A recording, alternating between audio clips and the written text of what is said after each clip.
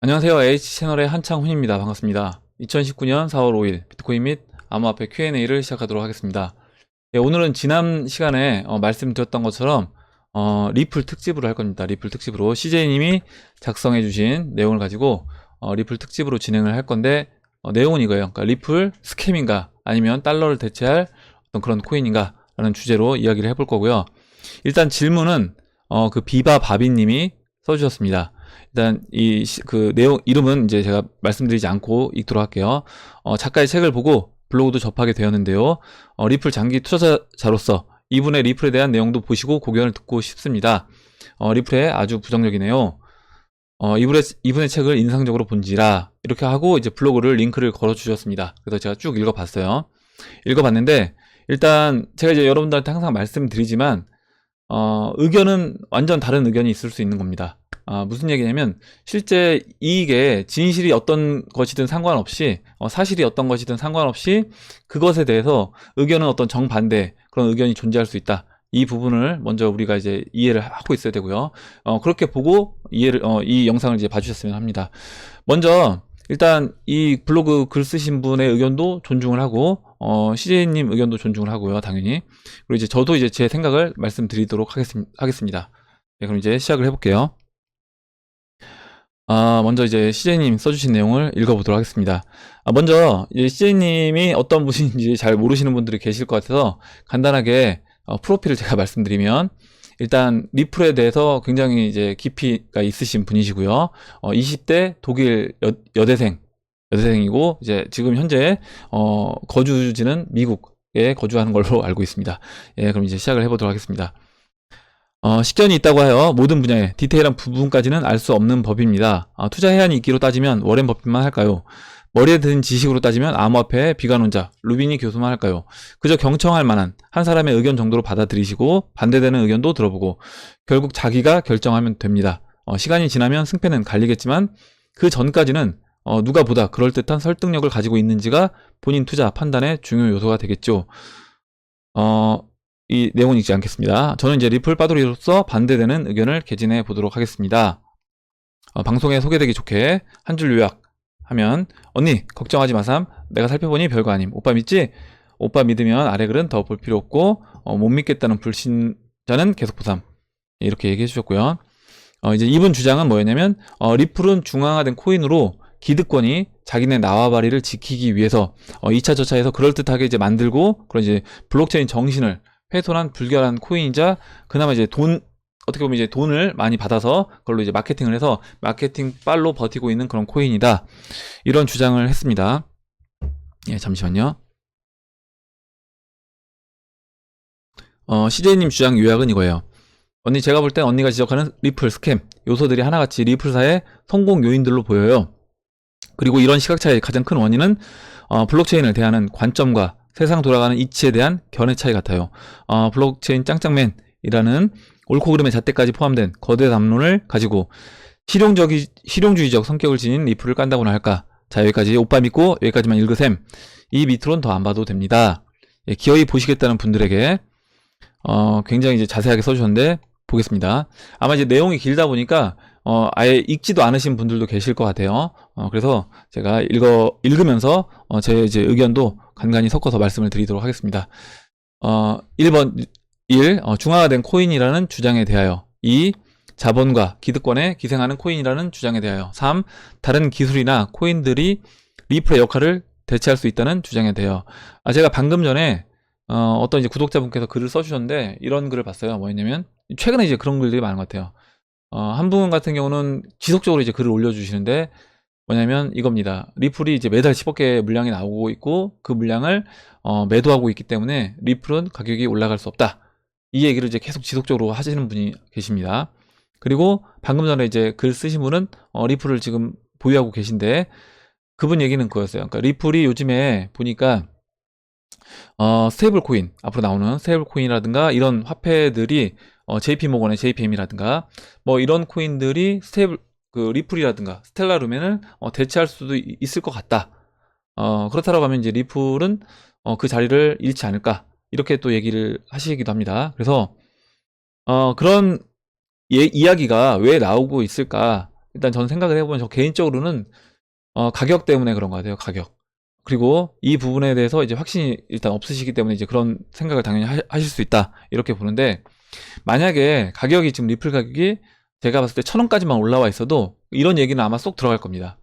리플 뭐 절대 못 간다. 10억 개씩 매도가 나와서 매달 이거는 못 가는 거고 스캠이고 뭐 쓰레기 코인이고 이런 얘기 안 나올 텐데, 지금 리플이 작년 9월 달에 1,000원까지 갔다가 거의 1,000원 가까이 뭐 900원 이상 갔다가 다시 빠져서 300원대에서 계속 놀고 있고, 다른 코인들은 올라가고 있음에도 불구하고 여기서 이제 400원대를 못 벗어나는 그런 모습을 보여주다 보니까 이거에 대해서 이제 사람들이 불신을 갖게 되고 내가 원래 갖고 있던 믿음조차도 이제 흔들리기 시작한 겁니다.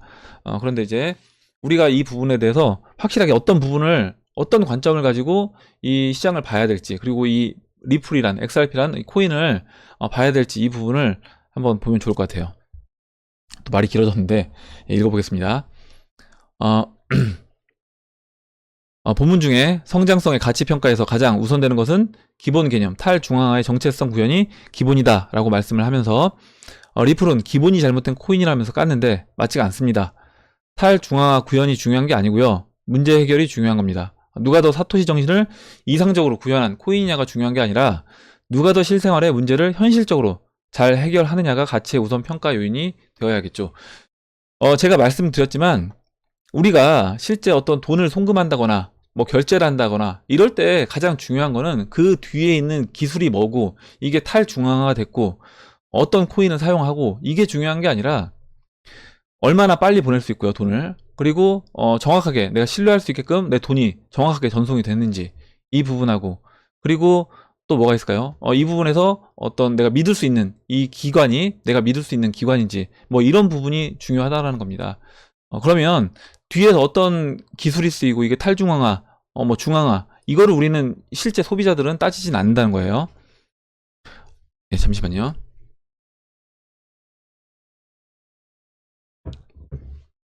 어제 블록체인 정신에 위배되는 중앙화된 코인 들고 와서 약을 팔어 약을 팔긴, 이런 주장이신 것 같은데, 블록체인 코인의 개념에 대해서 다 알지는 못하지만 그래도 걔네들이 왜 혁신적인가에 대해 내 나름대로 썰을 풀어봅니다. 일단 블록체인의 구동을 위해서는 보상과 페널티의 개념이 필요하고 코인이 그 발현체로서 작동을 하는 건데, XRP는 그딴 보상 페널티 개념도 없는 게 무슨 코인이냐 코인이, 이 질문에 대한 답변으로 블록체인으로서의 코인이 꼭 보상과 페널티의 개념을 가지고 있을 필요는 없다. 말씀하셨듯이 리플이 그 살아있는 증거잖아요. 정작 블록체인 플러스 코인의 중요한 포인트의 가치, 더블 엔트리 문제. 그러니까 그 무엇이냐, 돈을 보냈는데 내 계좌에 여전히 돈이 남아있어. 즉 돈을 이동시키지 않고 카피 앤 페이스트 할 수 있는 문제, 그러니까 복사 붙이기죠. 이걸 할 수 있는 문제 해결하기 위해 블록체인 기술이 쓰이는 거고, 이에 발현체로 코인들이 만들어지는 건데 기업들이 만들어 팔고 관리하고 그런 식으로 하지 않고도 할 수 있다. 이를 위해서 대중들의 참여를 유도해야 하고, 이를 단순한 대동세상을 꿈꾸는 이상주의자들의 봉사정신에 기대지 않고 보상과 페널티의 개념을 도입해 이론적으로 기업이나 소수가 아닌 다수에 의해 잘 관리될 수 있는 코인 생태계를 만들어낼 수 있다. 이 숭고한 선의의 세계, 어제 리플사 같은 사기업이 만들어낸 일종의 상품 따위가 명함을 내밀긴 이런 주장인데요. 근데 여러분, 세상 돌아가는 꼴이 그렇지 않습니다. 비트코인 지상주의자들이 말하는 게임 이론 또는 몇몇 다른 이론, 다른 코인들이 거버넌스 시스템을 통해 기존 시스템보다 훨씬 뛰어난 보안성을 갖춘 의사결정 구조를 만들었다고, 또 만들 거라고 하는데, 당장 비트코인만 보더라도 이론적으로 누구나 참여할 수 있고 만인에게 평등하다고 하지만 실제로는 그렇지 않다는 거죠. 그래서 여타 대의제를 흉내내는 코인도 현재 대의 민주주의처럼 1인 1표 때나 이상적인 시스템이지, 어떤 식으로든 코인 보유량에 따라 투표권의 크기가 연동이 되면 아주 자연스레 돈 많은 몇몇 고래들에 의해 독과점 시장이 돼버리죠. 단순해요. 시장에 완벽한 자유를 주면 자연스럽게 독과점이 됩니다. 이 얘기는 지난번에 이제 그 사무엘님도 이제 이와 비슷한 얘기를 해주셨던 기억이 납니다.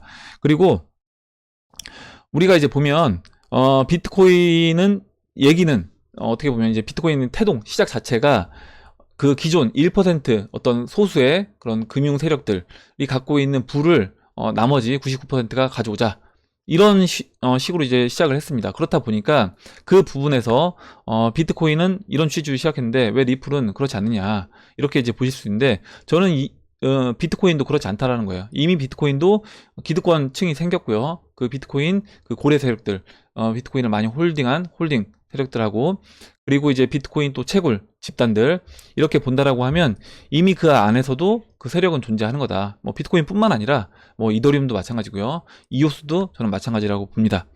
그리고 우리가 지금 사용하고 있는 한번 화폐를 한번 생각을 해보시면 달러잖아요. 달러, 그 기축통화 달러입니다. 우리나라에 원화를 사용하고 있고요. 근데 달러는 어때요? 달러는 그 금융기관, 그 페드라는 민간 기관에서 중앙화된 민간 기관에서 만들어낸 그 돈을 전 세계 사람들이 신뢰를 하고 믿고 사용을 합니다. 그리고 아까 이제 방금 말씀드렸던 부분하고 또 연관해서 말씀드린다라고 하면, 달러가 뭐 기술이 좋아서, 그 달러 종이 돈이 기술이 좋아서 그게 지금 통화로 쓰이고 있는 건 아니에요. 그리고 달러 뭐 인쇄술, 걔네가 페드가 인쇄술이 좋아서 돈을 진짜 얼마큼 잘 찍어내서 그게 이제 기축통화가 된 게 아닙니다. 기축통화가 된 거에는 그만큼 걔들이, 그 금융 세력이 영향력을 가지고 뭐 정치권이라든가 정책이라든가 이런 거를 다 통제할 수 있기 때문에 이게 기축통화 역할을 하고 있는 거예요.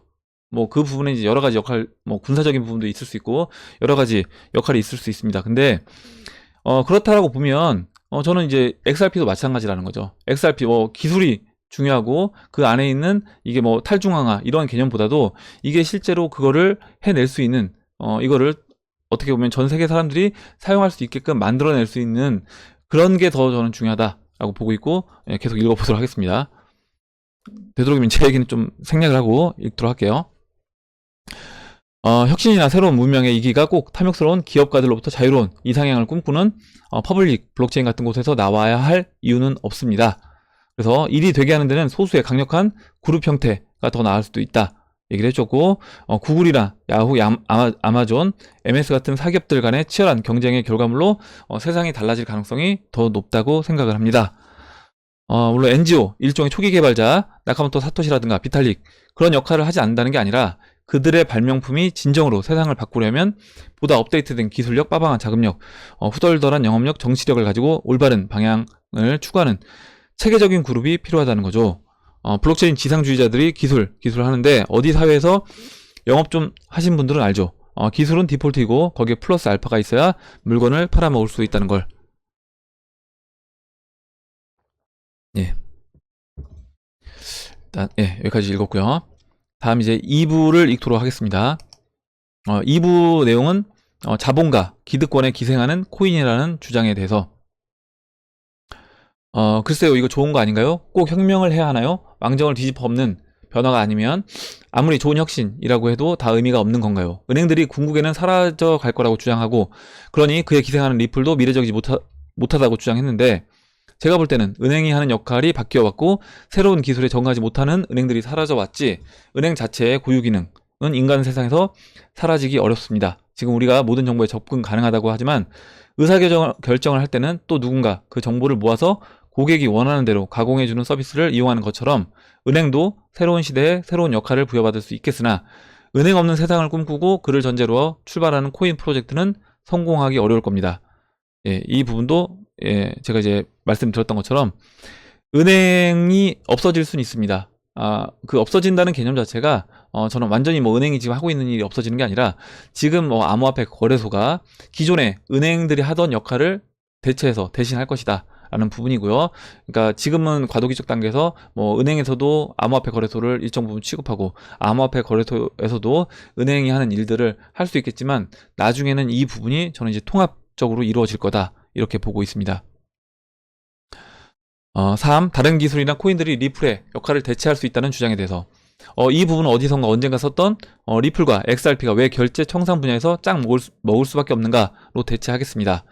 첫째, 업체들은, 협의로는 이제 은행들, 원래 자기네들 전통적 시스템이 있고 새 기술이 나오더라도 기존 시스템과 상호 호환되기를 원한다. 스타트업 회사가 아닌 다음에야 있는 시스템 싹 버리고 새 시스템 받아들이지는 않는다는 거죠.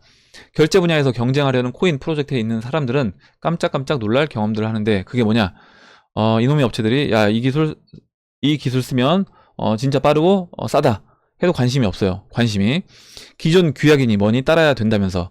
우리 리플사는 이런 업체들의 요구사항을 예전부터 귀 기울여 왔죠. 지금 우리가 사기 블록체인의 원에 욕을 먹는데 우리는 기술이 없어서 그런 거 아니다. 그리고 둘째, 업체들한테는 뭐라도 하나 팔려면 시간이 많이 걸립니다. 예를 들어 작년에 머니그램이 XRP 쓴다는 소식을 들었죠. 그거 2016년부터 작업 들어간 겁니다. 웬만한 코인 프로젝트들은 그렇게 할 수 있는 시간, 역량, 집중력, 인내심 갖기 힘들 거고 우리 리플사는 그럴 만한 역량을 갖고 있죠. 셋째, 채굴 이게 좀 문제인데 인적 자원 배분하는데 문제가 있음. 뭔 말이냐?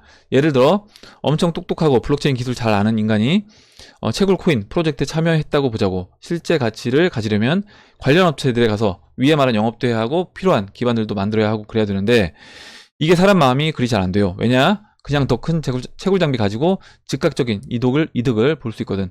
게다가 아무래도 채굴 관련 서비스도 제공해야 하니 전문 인간의 에너지가 분산되기 마련이지. 우리 리플사는 그런 채굴 걱정을 할 필요가 없어요.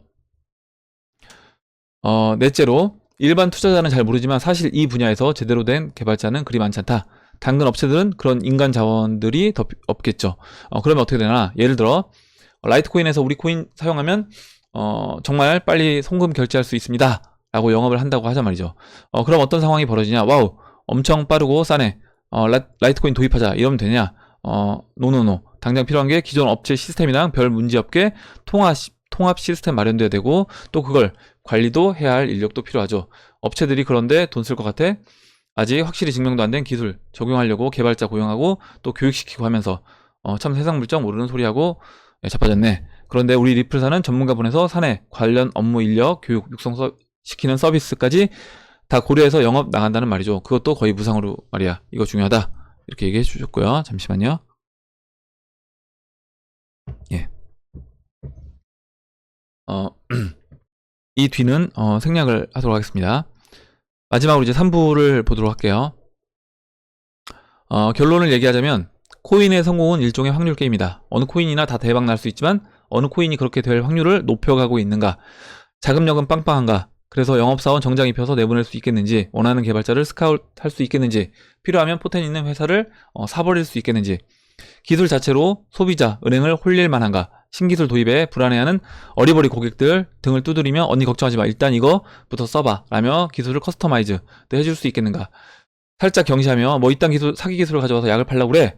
하는 오만방장 고객한테 살랑방구 이제 낄 수 있겠는가? 뭐 이런 여러 가지 영업적인 부분까지 할 수 있는지, 그리고 주류 세력이나 정책 결정자들과의 친목은 잘 도모하고 있는가? IMF 의장 언니랑 전 페드 의장 오빠랑 술 한잔 할 수 있는 사이인가? 그래서 이제 마지막으로 이제 그 빵형 이야기를 정리를 해주셨어요. 리플사 XRP에 대한 수요는 우와 이 기술이 좋네, 저 기술이 좋네 떠드는 블록체인 관광객들이 아니라 경험 많은 베테랑들이 자신들의 실질적인 문제를 해결하기 위한 요구에서 나온다. 이렇게 글을 진짜 잘 써주셨고 정리도 잘 해주셔서 쭉 읽어봤습니다.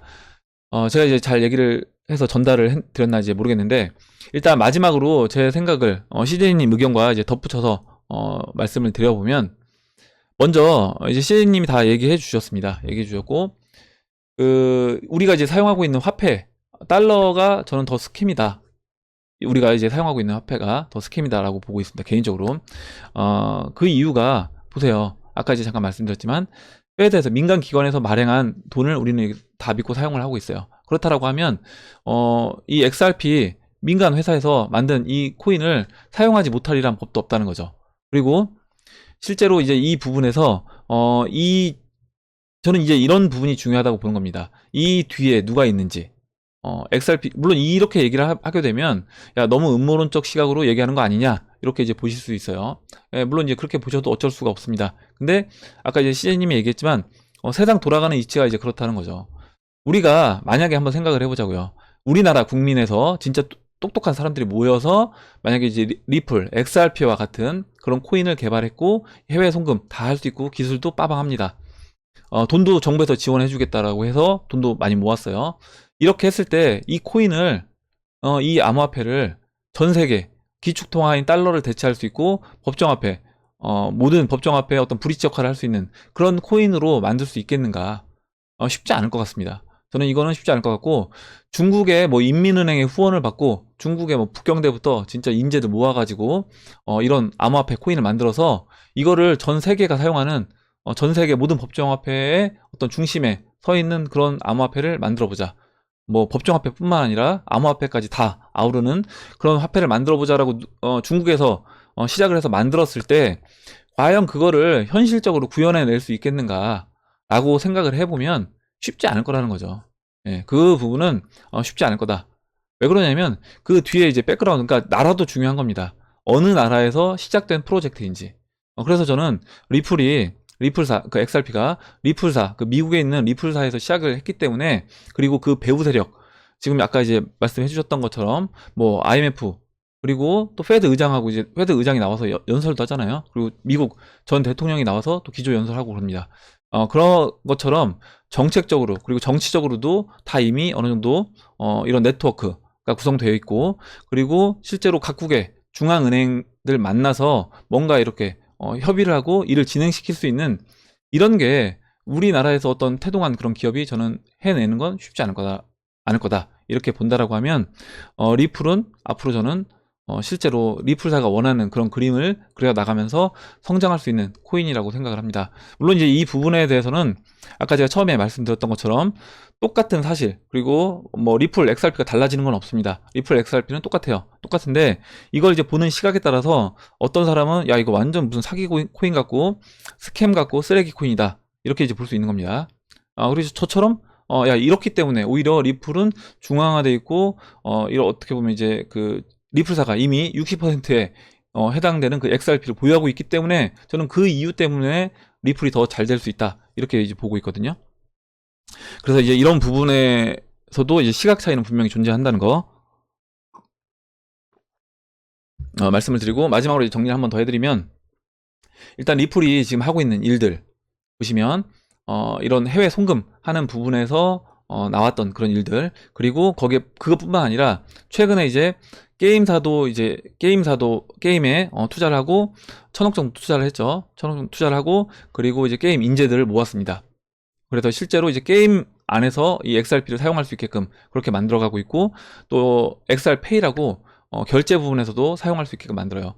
그러면 저는 진짜 그 XRP 리플사가 하고자 하는 일은 전 세계 모든 분야에서 우리가 돈을 보내고 주고받고, 그리고 거기에서 또 어떤 상점에서 물건 값을 결제를 할 때, 그리고 게임상에서 내가 뭐 아이템을 주고받고 결제를 할 때, 모든 이런 상황에서 XRP가 그 안에 중심에 서게끔 만들려고 하는 게 리플사의 목표라고 저는 생각합니다. 예, 그럼 이상으로 정리를 하고요. 다시 한번 이렇게 좋은 글을 써주신 CJ님께 다시 한번 감사 말씀드리고 이상으로 영상을 마치도록 하겠습니다. 예, 2019년 4월 5일 비트코인 및 암호화폐 Q&A를 특집으로, 리플 특집으로 진행한 Q&A를 마치도록 하고요. 오늘 나온 얘기들 중에 여러분 또 궁금하신 것, 또 의견, 그리고 여러분들 같이 이야기해보고 싶은 정보 있으시면 정보를 공유해주시면 같이 이야기해보는 시간을 가져보도록 하겠습니다. 예, 영상이 도움이 되셨다면 좋아요와 구독 버튼, 그리고 알림종 버튼을 눌러주세요. 감사합니다.